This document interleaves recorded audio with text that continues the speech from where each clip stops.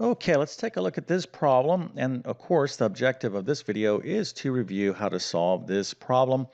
This whole concept is called practice. The only way you get better at anything is through practice.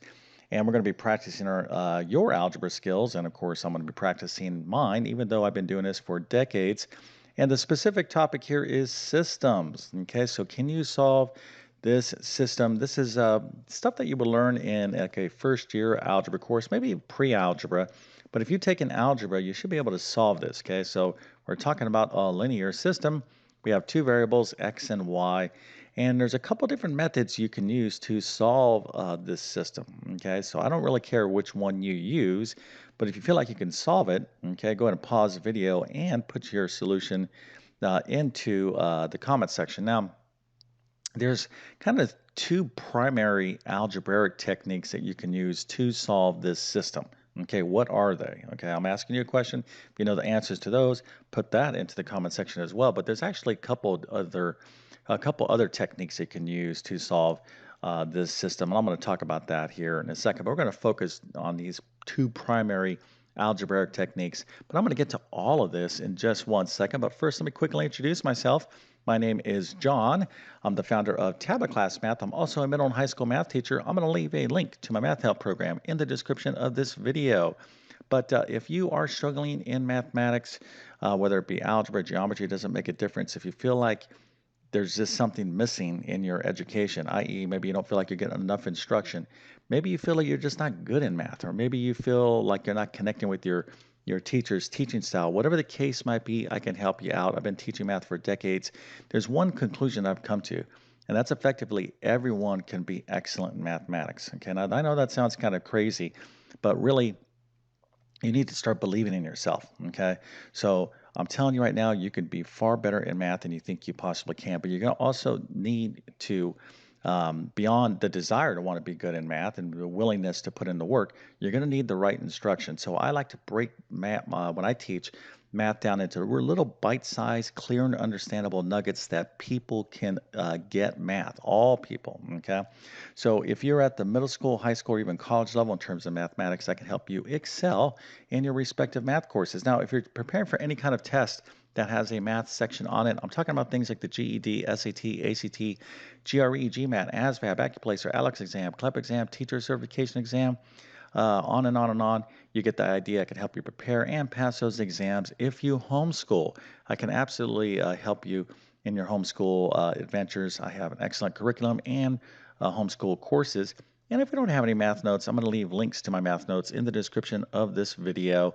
But if you want excellent grades in math, you must learn how to take excellent math notes. Okay, so let's get into this problem. And if you want to go ahead and pause the video and work on it, that's perfectly fine. Again, I don't care what technique you use as long as you get the right answer. All right, so let's talk about the two primary ways that you learn how to solve linear systems in algebra, okay, like a first year algebra course. So the first would be the substitution method, okay, and the second is something called the elimination or a linear combination method. You need to know both. Okay, it's absolutely critical. But what we're really looking at with the system is this is a line. Okay, now we could graph this as a line on an XY plane, and this is another line as well. So we really have one line and another line. And where these two lines cross, if I was to graph them, if in fact they cross, this point right there, that XY point, that represents the solution to this system. Okay, so another technique that you can use to solve systems is actually graph this line. Okay, like, hey, let me just graph it, get some graph paper out and graph this line, and then look to see what point these two lines may intersect. Now, they may not intersect. Why do I say that? Well, they might be parallel to one another. Okay, so in this case, a system where you have these lines are parallel has no solution. So I don't want to get too heavy into everything you need to know about systems, but this is another technique. But this graphing technique is really not that practical. Okay, but you still need to know it. All right, so we have graphing technique, and now as you progress in your algebra courses, you're going to learn about matrices. Okay, matrices. all this kind of good stuff. Not the matrix like the movie, but we're talking about matrices. What's cool about this is that there's even other techniques we can use to solve systems. So solving systems, it's not just the substitution and elimination methods, but these are the primary ones that you really, really need to be good at. So anyways, hopefully that's a good reminder of what you've been learning. But let's go ahead and get into it. And I'm going to solve this system. I'm going to do it both ways. First of all, I'm going to use the substitution method. Okay. All right. So just real quick, the substitution method. Now, again, the more practicing, I can't make this into a complete full lesson, but I am trying to review some of these concepts along the way. So here we have our variables. Okay. We have x and y. We have an x here, a y here, an x here, and a y here. So with the substitution method, you pick one of the variables in one of the equations. It really doesn't make a difference which one you pick, but always pick the easiest one to solve for. Okay, so I'm going to be like, you know what, this x looks pretty easy to solve for. So when I solve for this x in this equation right here, in other words, I'm going to rewrite this in terms of x. I'm going to get x is equal to, I'm going to move this negative 2y over to the other side. So x is equal to 2y plus 1. Okay, now notice here, let me just remove this here. Let's do this again. So I'm going to solve for x in this equation. So I'm going to be, all right, x minus 2y is equal to 1. So to solve for x, I'm going to add 2y to both sides of the equation. And I'm going to get x is equal to 2y plus 1. Okay, so that's the first step when we're talking about the substitution method. So let me go ahead and write that down now. Here, x is equal to 2y plus 1. Now, if you noticed, before I erased my work, I put parentheses around what I just did right here. That's important, and there's several reasons why. Let me just go ahead and just tell you, when you solve for one of your variables, whatever you have on this side, go ahead and put parentheses around that. That will help you avoid making mistakes. Okay, so this is the first step in the substitution method. Now, you could have solved for y or this x and this x, but this is the easiest one. Always try to identify the easiest variable. Okay, so what does that mean? Well, I just solved for x. X is equal to this, and I solved for x in this first equation. So what you're going to do is you're going to go to the other equation. This is the other equation, the second equation. And I'm going to go to that variable that I just solved for. Okay, well, I solved for x. I'm going to go to x in this equation, the second equation, and I'm going to replace this x with this stuff right here. Okay, so x is equal to this. So instead of x, I'm going to plug in this 2y plus 1 where x is at. I'm going to replace this x, or I'm going to substitute this x with this, i.e. the substitution method. And now I have one equation, okay, in one variable. I just have y, right? So now I'm going to just solve for this one variable, i.e. y. So this is going to be 2 times that 2y, 2 times this 1. So I'm going to get 4y plus 2 plus 3y is equal to 4. All right, so let's go ahead and just wrap this basic equation up. So 4y and 3y, that's 7y.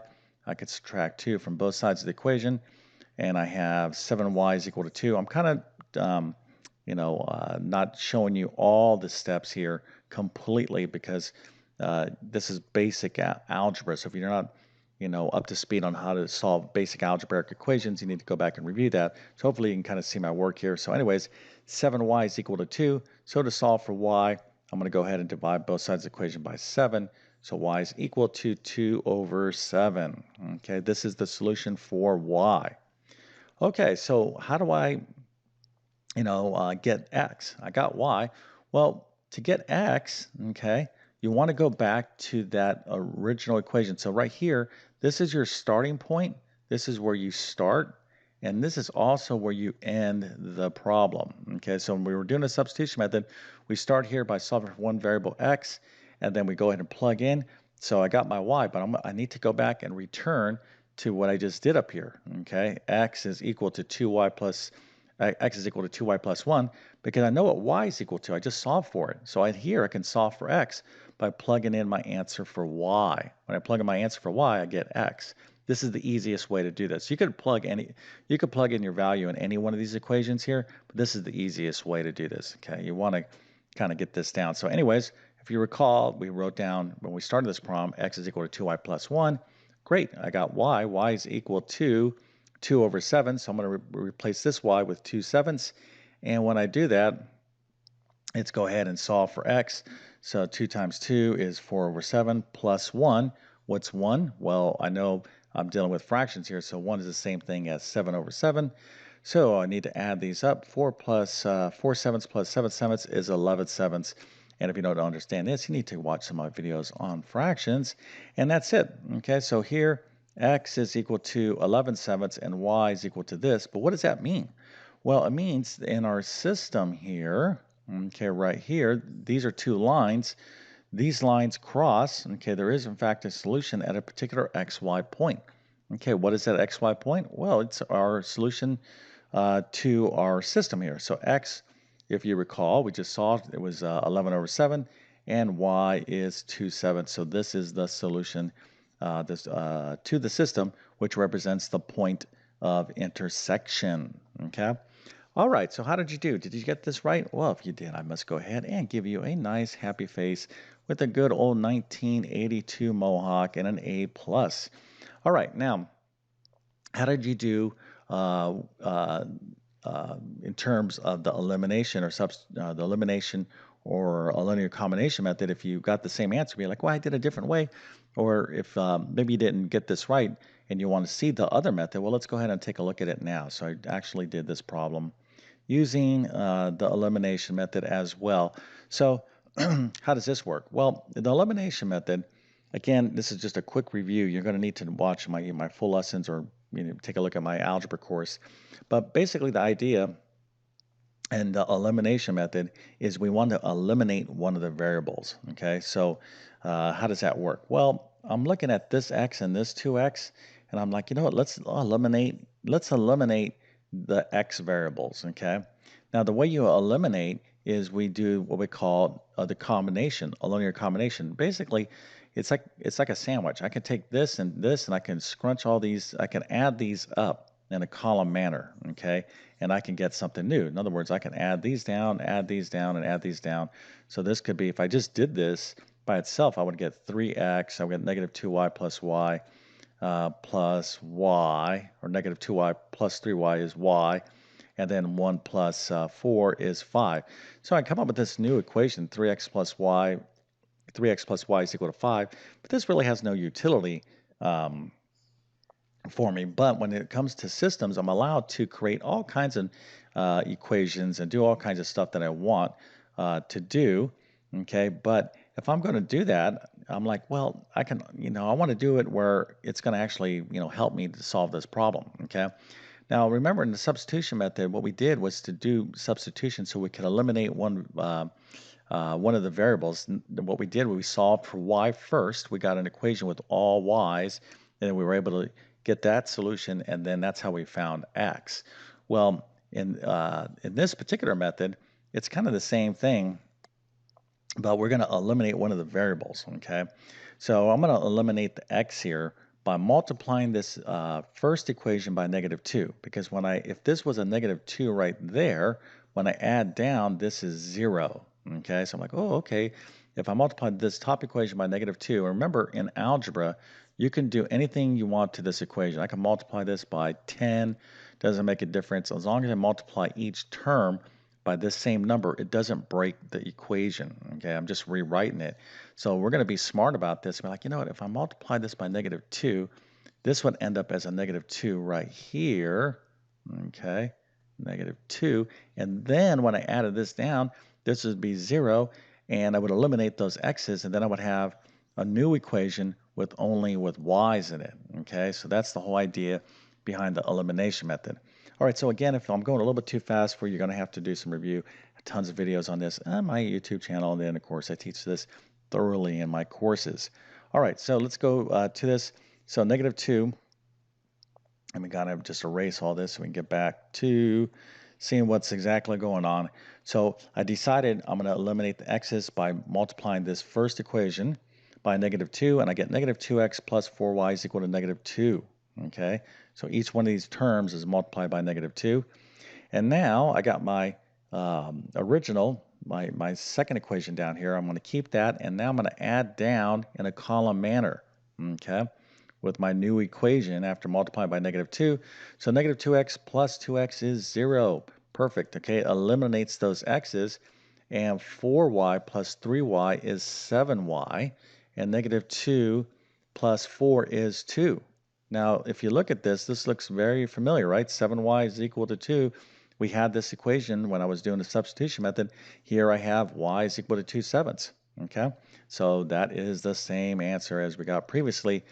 So how do we get x? Well, this is really easy. We just take our answer and we can plug it into any one of these equations. I'm going to take the original first equation, okay, and I'm going to plug in for y, 2/7, and then we'll solve for x. So I'll replace this y with 2/7. I get x minus 2 times 2/7 is 4/7.